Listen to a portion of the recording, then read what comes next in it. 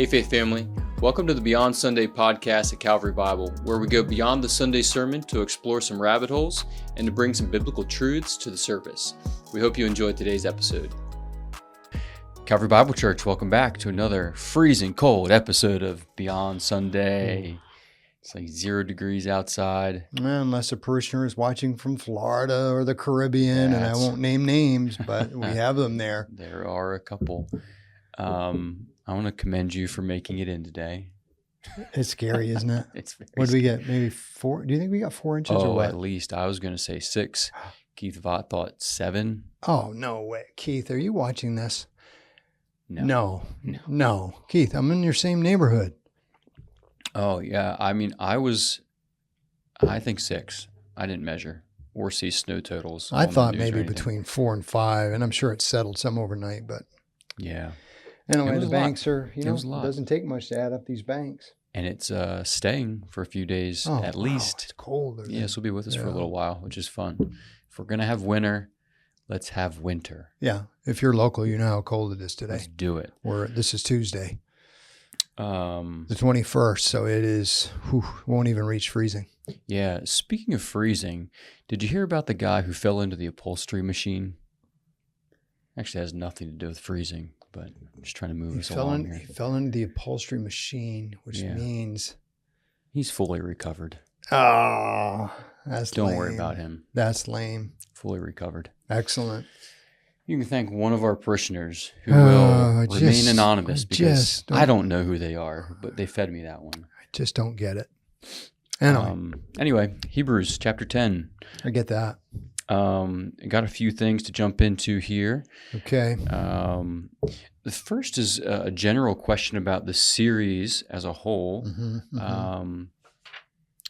What's the series title? I don't see any colons or Covenant semicolons. Membership. Okay, that's what I thought. Which will stay. I think that stays in all the titles, and I debated on the putting a colon in like I like to do, but I thought, well, let me see if I can get out of my rut. Yeah, that was bold of you. That was courageous. Especially at my age. So, that's actually where the question goes, though, to that title. Yeah. Where does that term come from? You've used it dozens of times now, but I don't know if we've addressed where that term has come from. It's not a CBC term. Nope. So speak to that for. I borrowed it from some author. I don't know if it was Sam Storms. I forget. I haven't read his material since probably the late 80s maybe or something. But there was a short article that someone gave me. And so I thought, let me look at that little article, because what I liked the way he was talking about, even though the New Testament does not mandate the kind of membership that we're trying to get. In other words, people signing on a piece of paper.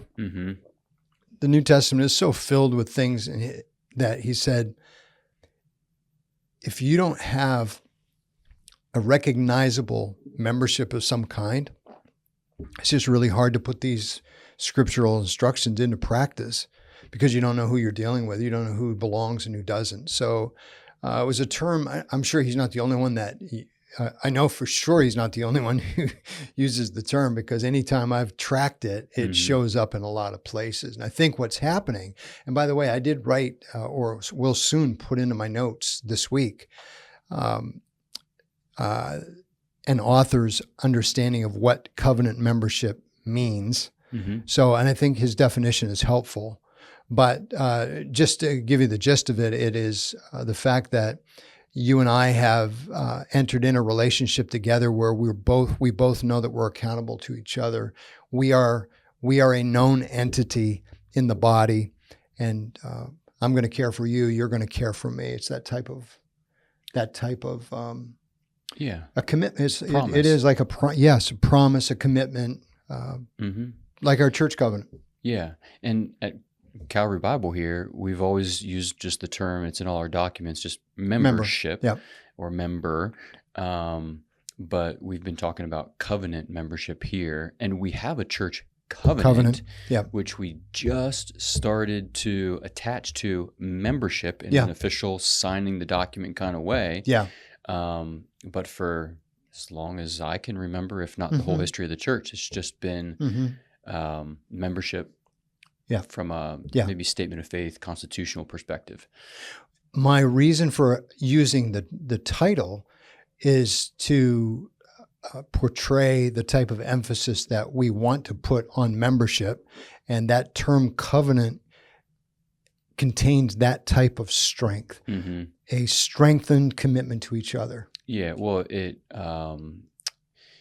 similar to marriage, right? Like a marriage covenant. That's another way that you've heard that term used. Yes. A couple that covenants together. Yeah. The marriage covenant. Yeah. There's a lot of theological covenants we could talk about. Right. But as far as practical life relational covenants, that's the biggest one I can think of. So yeah, no, that's true. It has some similarities. Yeah. Yeah. Okay. Well, that's good. So what you hinted at it though here a little bit. It's the Bible doesn't command membership like we practice it. So another question came in a general way. What would your response be to someone who feels like church membership is extra biblical? Sure. I mean, I would say what's not extra biblical is the commitment that believers have toward one another that's all through the New Testament. So I'd start there and say that's not extra biblical. That is just plain biblical, to have a sense of, I am a part of the body of Christ in a local assembly, and I have obligations to my faith family members, and they have them to me, and we're in this together and all that. And as far as church membership being extra biblical, it'd be interesting if you asked a Baptist that, like a typical Baptist. I don't know how they would answer that.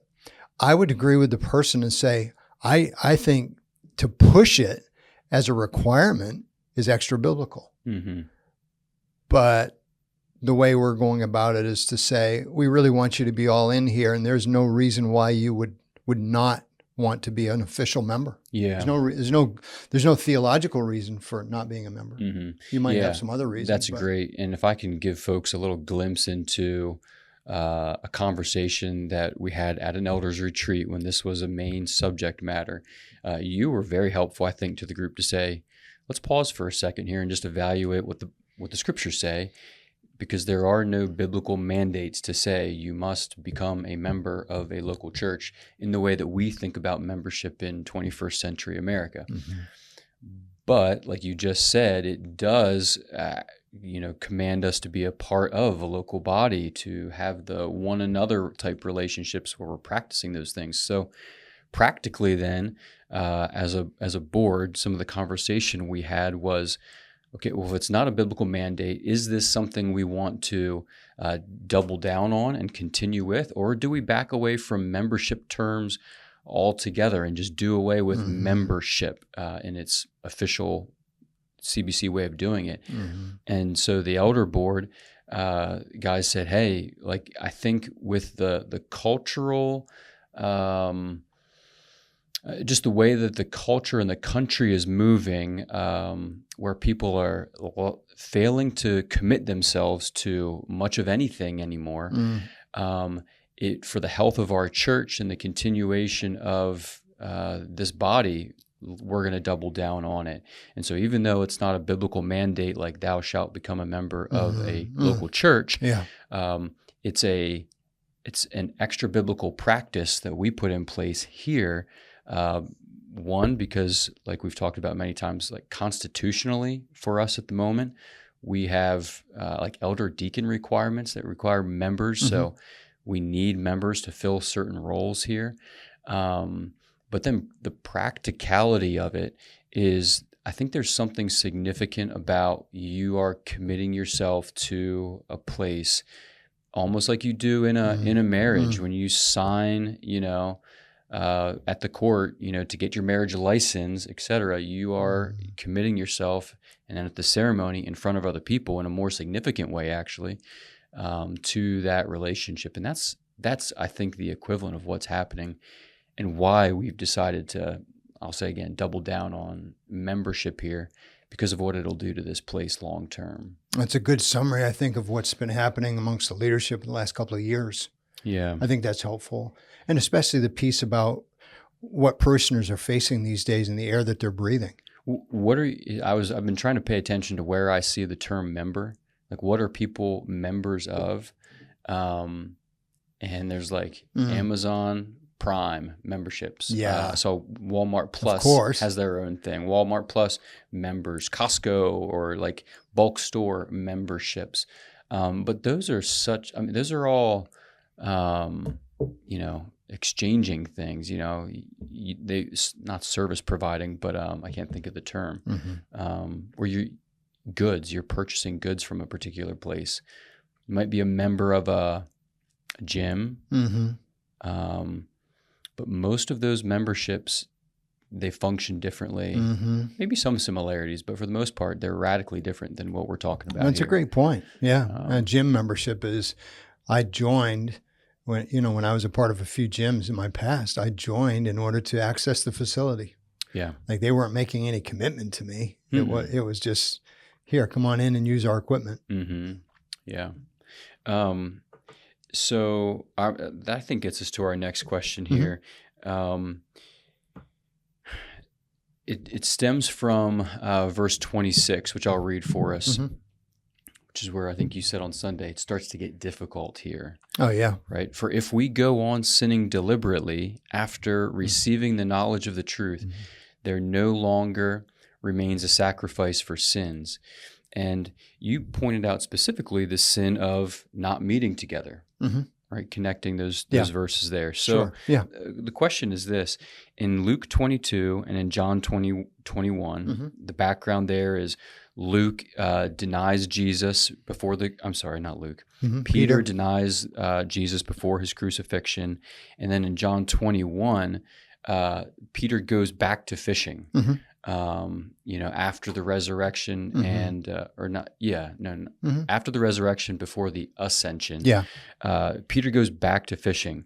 So the question is here, in those passages, Peter has huge moments of rejecting Jesus. In Luke 22, we see him outright denying that he knows Jesus. In 21, he tells the risen Christ that he's heading back to his fishing business, the one that Jesus told him to leave behind. Yeah. You pair that, or like map Hebrews 10 on top of that, and what's happening here is Peter committing apostasy here? Is it a season in Peter's life where he's rejecting Jesus? And I think the question's coming from a place of, that's really harsh language about someone who's it is. Who's like, what? Yeah, it is harsh language. All right, they got that right. And I think most of us, if not all of us, know people who were a part of a church. Sure. Like you even mentioned, pastoring a church. Oh, yeah. And then they disconnect at some point. Sure. So at what point does it cross the line? Yeah. Is there even a line we can? Yeah, I don't even know. Yeah. I don't know. I don't know if there's a line that we can pinpoint. All I know is, first of all, I appreciate whoever's chiming in, picking up on the harshness of this. I tried my best on Sunday without sounding angry to say, you have to hear this as a strong warning, otherwise you're missing the word of God. So let's agree on that part. The thing that there's two places in the Bible. I found the first one. I don't know if I'll be able to find the second one yet, but if I don't find it, my plan is to share it on Sunday as a review, as a quick review. But let me start with 2 Timothy. So 2 Timothy, what is it, 2? So 2 Timothy 2, here's the differentiation in the scriptures. Listen to the two different kinds of I don't know what you call it. So this is 2 Timothy 2:12. Well, let me start at 11. The saying is trustworthy, for if we have died with him, we will also live with him. If we endure, we will also reign with him. If we deny him, he also will deny us. So evidently, according to the question, Peter didn't do that. Peter did not deny the Lord like this. is a different. He denied the Lord. The word's the same. Yeah, but not the action. Mm-hmm. So whatever was going on in Peter's heart at that moment, my gut tells me, not only my gut, but my reading of that scenario says that he was fearful for his life. And so his fear overtook his faith at that moment. Similar to Abraham lying about Sarah, he's fearing for his life, so he lies tells the lie to save his life, so forth, even though he's in a covenant. He's the Abrahamic covenant, which we talked about. So that's the first thing in verse 12. If we deny him, he will also deny us. That's apostasy. Yeah. Like for the Lord to deny a person who denies him must be a person who denies him at the level of faith in the gospel. Mm-hmm. I am no longer believing in Jesus. Okay? Mm-hmm. The next part, verse 13 says, if we are faithless, he remains faithful. He cannot deny himself. So there's the faithfulness of Christ overriding the faithlessness of one of us in a moment of, or a lapse of. So that's kind of like the best scenario for, if you're wondering, what did you do? What did the person do? Did they deny, or are they just in a moment of faithlessness? There's pretty helpful, I think, for me. Yeah, I think so too. Now the other one, let me see, but go ahead. Well, I was just, speak your mind there. I took a quick look at that Luke 22 passage, and yeah. before Peter denies Jesus in the way that he did, Jesus says to him that Satan's demanded to sift him like wheat. And he says, but I've prayed for you that your faith may not fail. And when you have turned again, strengthen your brothers. So Jesus says, this is going to happen. You are going to deny me, and you're going to go through this moment or season, whatever. But when you get back to your spiritual senses, strengthen the brethren. And then what was the faith word in that section that you just read? There was a faith but issue. I've prayed for you that your faith may not fail. Yeah. Was there anything else about it, or just that? Was that it? Sifting him like wheat. Satan demanded to sift him like wheat. Right. But I've prayed for you that your faith may not fail, and when you've turned again. Yeah, so it is that sense of so Jesus, you'll notice, is the one making sure that Peter's faith doesn't fail. Mm-hmm. This isn't about Peter only. It's about Peter in a relationship with Christ, which must be intact, evidently, because Christ saves the faith of Peter. Mm-hmm. I prayed for you so that you're, so that's that's a great verse, I think, for this discussion as well. What I wanted to find is, let me see if I can find it. I know it's in 1 John. So you can see apostasy as clearly, I think, as it's listed anywhere in Scripture. I'm going to give you 30 seconds to look, and I'm going to talk to everyone. Yeah. Hey, a couple of things. One, I forgot to mention it earlier. This is episode 150, which is pretty cool. 150. So thanks to Jordan Sittler for editing all these episodes. And today, one of our questions came in from someone new who's never asked a question before, and I have a list of people who've asked questions.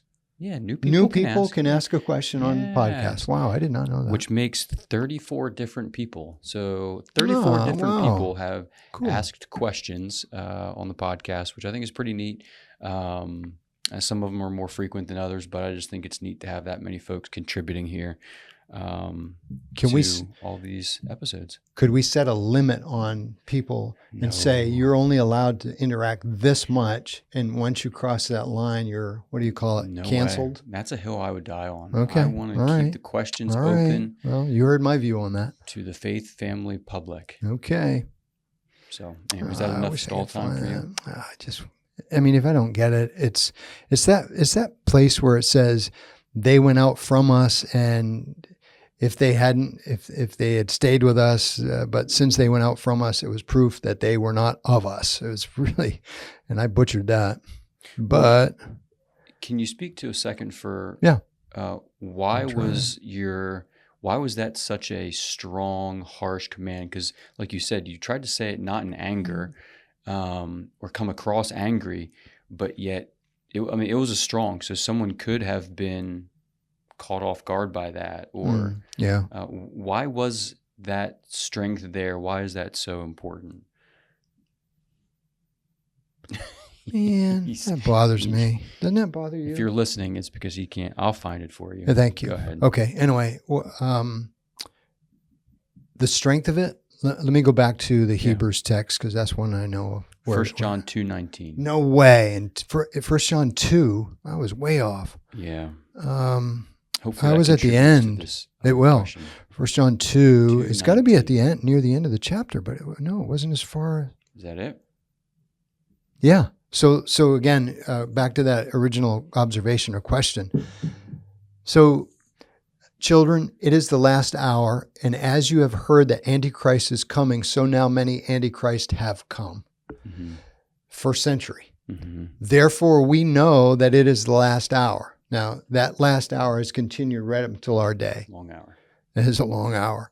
This is verse 19. They went out from us, but they were not of us.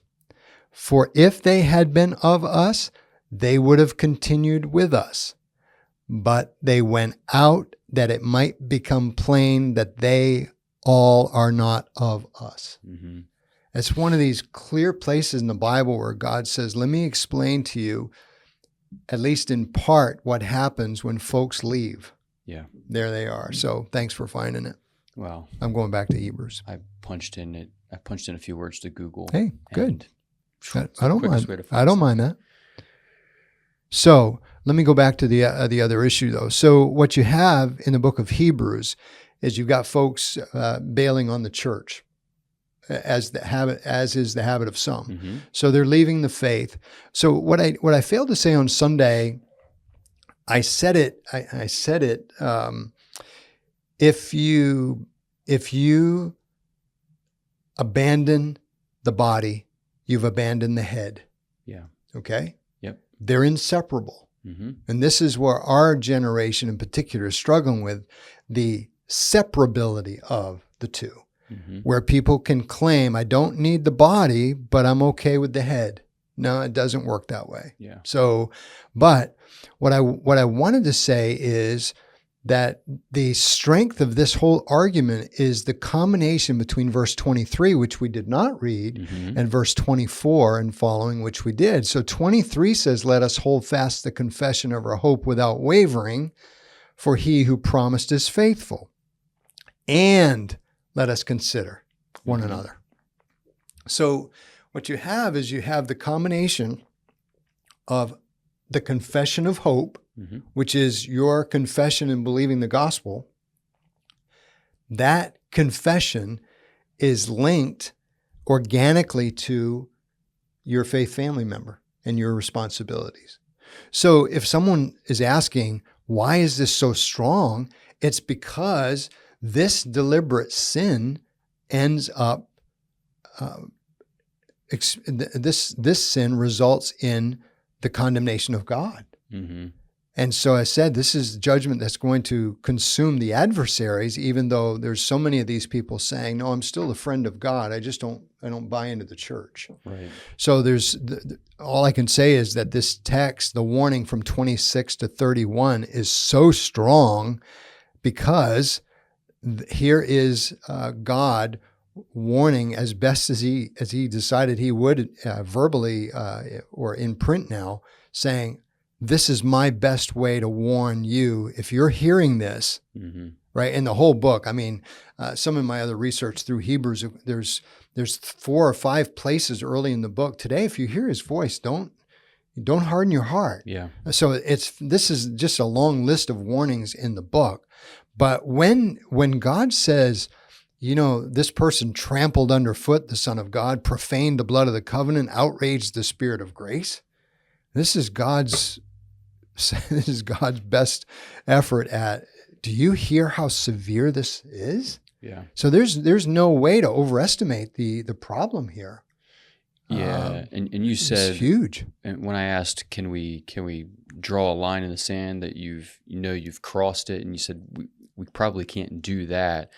But in Peter's case, he comes back. Yeah, right. Sure. He made a mistake. Whether you consider that apostatizing or denying Jesus or whatever mm-hmm. you want to call that. Yeah. He made a mistake, but he came back. But then Here, this is a decapitating of the church, a severing of the head. And when you sever yourself from the body and cut yourself off, you are, and I guess only God would know whether that's an apostatizing or not. Sure. You've broken this command deliberately. Exactly. Fair summary? Yeah, I think so. Yeah. It's just one of those things. That's the dangerous thing. Oh, yeah. And while I'm saying this and we're reading this stuff together on Sunday, I'm thinking, wow, nobody believes this. Not because you or somebody else wasn't believing it while I was saying it. It's just that you just think about the average person's view of the church. Yeah, especially today. It's a big a churchgoer. Mm-hmm. The average the average churchgoer today does not value the church that much. Mm-hmm. They don't consider this. And so as much as I said, I don't know how many people as I was leaving, I said to my mom too, the next, either later that day or the next day, I said, these texts are not fun to preach, but they're there and, they're there on purpose and they're needed. But this is one of these areas where even good churchgoers don't feel this way about the church. Yeah. I don't know if anybody would consider it being that dangerous to decide, I think I'm done with church. Mm-hmm. I'm still going to be a practicing Christian, but I'm done with church. I'm still going to believe in God, but I'm done with church. I don't know if hardly anybody believes in a text this strongly. Yeah. It's a big deal. Yeah. No, it really is. Like we were saying, because in our day, that is a commonly held belief that you can divorce yourself from the church, but still be a Christian. Yeah, the book that I was so helped by, another one of these, surveying a bunch of folks that say, I'm spiritual but not religious. Mm-hmm. I have faith, but I am not a part of a local church. Yeah, the spiritual but not religious. Right. I like Jesus, just not his bride. Exactly. Yeah. And that doesn't go.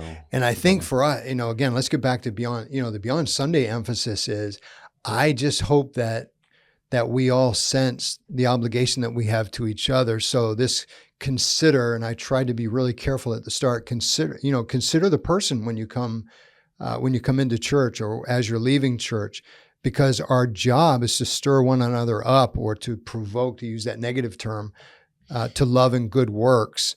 And then later in 25, encouraging one another all the more as you see the day drawing near. So I hope we gather around our responsibility to each other so that we are mutual encouragers. Mm-hmm. So I feel like this episode's starting to get on, but I want to ask a quick question. Yeah. So rapid fire answer. Someone who says, I understand that I'm loved. You told Trey. Yeah. Trey, know that if you're discouraged, yeah, you're a part of a faith family that loves you. Yeah. But what if his response is, Pastor Randy, I hear you, but I don't feel loved? Oh, yeah. So, I'm going to just do the same thing that we would do with anything like that. We would say, hey, Trey, all I can tell you is just make sure you get a good glimpse of the gospel. Do you see Christ dying for you? Then you see the epitome of God's love for you. So there's no doubt that even if you don't feel loved, the truth is that you are. That's a reality. By who are they? Who's he loved by? Well, first, God. Yes. Okay. First, God. Second, if you're a part of a faith family like ours, you've got people in your life that do love you. Yeah. Now, maybe it's not showing up. How do we do that better? Yeah, I just think, because I could look him sincerely in the eye and say, "I love you," but he might say, "No, you don't." Yeah, practically speaking. So I think that what we're seeing is working, not perfectly, but I think that what we're seeing is working. In other words, we're creating a place where relationships are being built that go beyond the superficial, and there is a tenderness amongst a lot of people. I'm hearing about it a lot. I experience it a lot. I try to contribute to it as much as I can. We both do. So I think that what you're watching is people get connected, and it is real. Yeah. That's about the only way. I don't think there's a formula necessarily, although nothing beats, nothing beats the smaller group settings. I mean, we've said this forever, right? So if you're in a small group, if you're in a care and share group, that's the place to get your love. Mm-hmm. I mean, that's really the place to get it. Yeah. There's a larger church down to a bite-sized place. Yeah. There's a reason why I can call MJ out on a Sunday morning. Well, I know she and Wade are watching the live stream, mm-hmm. and she is going to just laugh her head off, and she's going to appreciate it. That's because of 21 years of a relationship. Mm-hmm. Most of that in a small group setting for all these years. Mm-hmm. Well, that's where it's built. Well, that's a tight bond. Yep. Good. Yeah. What a great plug for care and share groups. Man. Oh my, there's nothing like that, honestly. And you're right. Yeah. Especially, when a church gets to a certain size, it's like, okay, we don't know each other.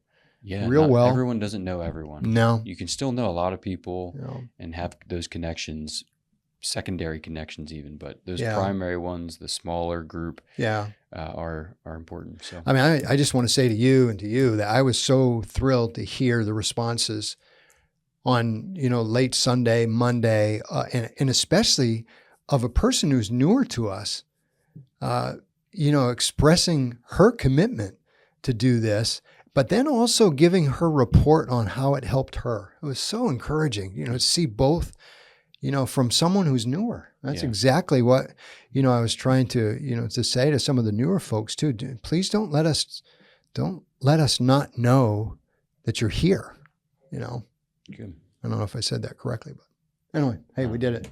Great. All right. Longest episode ever. No, probably not. No way. Not. All right. No, the ones you've done with guests, I've heard of those. I had one with the Global Outreach Summit speaker from a few years ago, the British guy that lives in Canada. Yeah. That guy can talk. There you go. I forget his name right now. Yeah. But if you listen, Dr. Somebody. Knew. And I was running out of camera space. Battery was dropping. Woo. Anyway, all right. We love you guys. Send your questions into podcast@cbcmj.com. Groundbreaking news, I know. Excellent. Love you, and we'll see you on Sunday. Thanks again for joining us on today's episode. And remember, our Sunday sermons are meant to lead us to a life of worship beyond Sunday.